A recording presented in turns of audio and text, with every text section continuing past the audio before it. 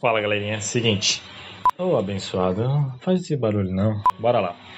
Hoje eu vou começar e desculpa, gente, eu tenho citado a NVI aí na brincadeira. Eu não tenho nenhum preconceito, tá bom? Eu leio diversos termos até chegar numa conclusão boa. Eu gosto de diversas traduções porque tem outras ideias a se passarem, beleza? Bom, a gente vai começar hoje lendo, diferente de outros vídeos. Mas antes de mais nada, já sabe, né? Tem que curtir o vídeo, tem que compartilhar, tem que comentar, tem que se inscrever no canal. Bom, bora lá. Eu vou começar, hoje a gente vai falar sobre as chaves de Adão e o diabo. Antes de mais nada, isso é uma ideia minha, não tem uma teologia por trás disso, não tem uma linha de raciocínio de algum escritor, é uma linha minha. Não é corona. É uma linha minha de raciocínio. Um belo dia me veio isso na cabeça também, eu não sei porquê, eu tô ficando meio louco. Mas enfim, veio. Então eu vou ler aqui 4 trechos para a gente poder concordar antes de começar, beleza?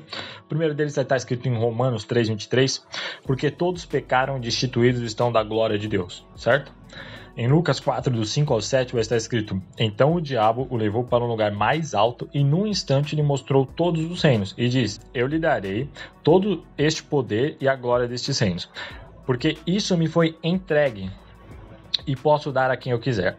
Portanto, se você me adorar, tudo isso será seu. Em Mateus 28:18 está escrito assim: Jesus, aproximando-se, falou-lhes dizendo: Toda autoridade me foi dada no céu e na terra. Em Apocalipse 1:18 está escrito assim: Eu, que vivo, fui morto, mas eis que estou vivo para todo o sempre. Amém. E tenho as chaves da morte e do inferno. Certo? Bom, antes de mais nada, antes da gente começar isso tudo, a gente tem que voltar lá em Gênesis. Eu falei em Gênesis, acredito, no vídeo anterior, ou no próximo, não sei quando que a gente vai lançar. Mas enfim, em Gênesis 3 vai estar descrito a queda do homem, correto? E aí, em diante, a gente vai começar a ter uma sentença, certo? Porque o pagamento do pecado, ou o salário do pecado, é a morte, correto? E o chefe da morte é o diabo, correto? Correto. E o pai da mentira, o diabo? Correto. Enfim, vamos lá. Onde a gente está querendo chegar? É que, por exemplo, as chaves que estavam com Adão, a gente pode ler lá em Lucas, onde o diabo fala assim: me foi entregue. Tudo isso me foi entregue. Porque quando Deus cria todas as coisas, ele, por último, cria o homem. Quando ele cria o homem, ele diz que é para ele sujeitar toda aquela criação, toda a terra, dominar sobre toda aquela imensidão do Éden, certo? Então Deus criou tudo aquilo para o homem, certo? Para o homem ter pleno domínio, poder e controle sobre todas as coisas. E aí o homem peca. Quando o homem peca, induzido pela serpente, logicamente, ele entrega todo esse poder, toda essa autoridade nas mãos do diabo. Porque o diabo não poderia tentar Jesus lá no deserto, tempos depois, com uma coisa que não era dele. Mas algo foi entregue a ele. Porque quando a gente desobedece a Deus, quando a gente se entrega ao pecado, nós somos escravos do pecado, escravos do diabo, somos submissos a ele, no caso. Então nós entregamos nossa autoridade, todo aquele domínio que Deus nos deu nas mãos do diabo. E nos sentenciamos a isso, correto? Então quando Jesus vence o diabo, quando ele vence a morte, quando ele vence todas as coisas lá na cruz do Calvário, ele desce até o Hades e toma da mão do diabo as chaves do inferno e da morte. Não são talvez as mesmas chaves, mas a minha ideia é a seguinte: que o homem, quando peca, ele é destituído da glória de Deus, da graça de Deus.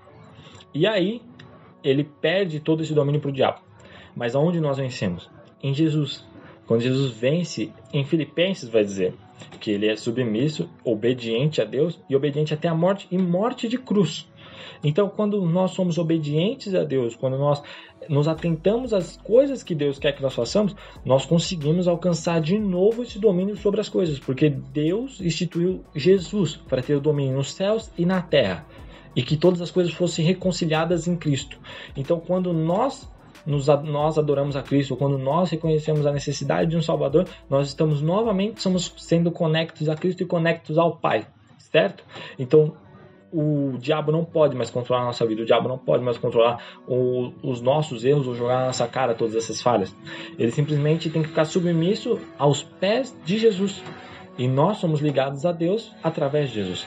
Então, quando o homem pecou lá no Éden, ele acabou sendo destituído de tudo. Mas quando Jesus vence, por isso que Paulo vai escrever que onde abundou o pecado, superabundou a graça, porque não importava o que Adão tinha feito, não importava mais nada do que tinha feito. O que importava era o que Jesus estava fazendo. Então, quando Jesus vem, ele marca um ponto zero na história e ele recomeça. Por isso que a história tem sempre um antes e depois de Cristo. E o depois de Cristo é simplesmente isso, que nós reconheçamos as necessidades de Deus, que nós reconheçamos o que nós temos que fazer para agradar ao Senhor e viver conforme a tua vontade. Então, quando nós vivemos conforme a vontade de Deus, quando nós fazemos o papel de imagem e semelhança de Cristo, nós estamos novamente fazendo a vontade de Deus. E quando nós fazemos a vontade de Deus, nós estamos recuperando a autoridade que foi entregue a Jesus.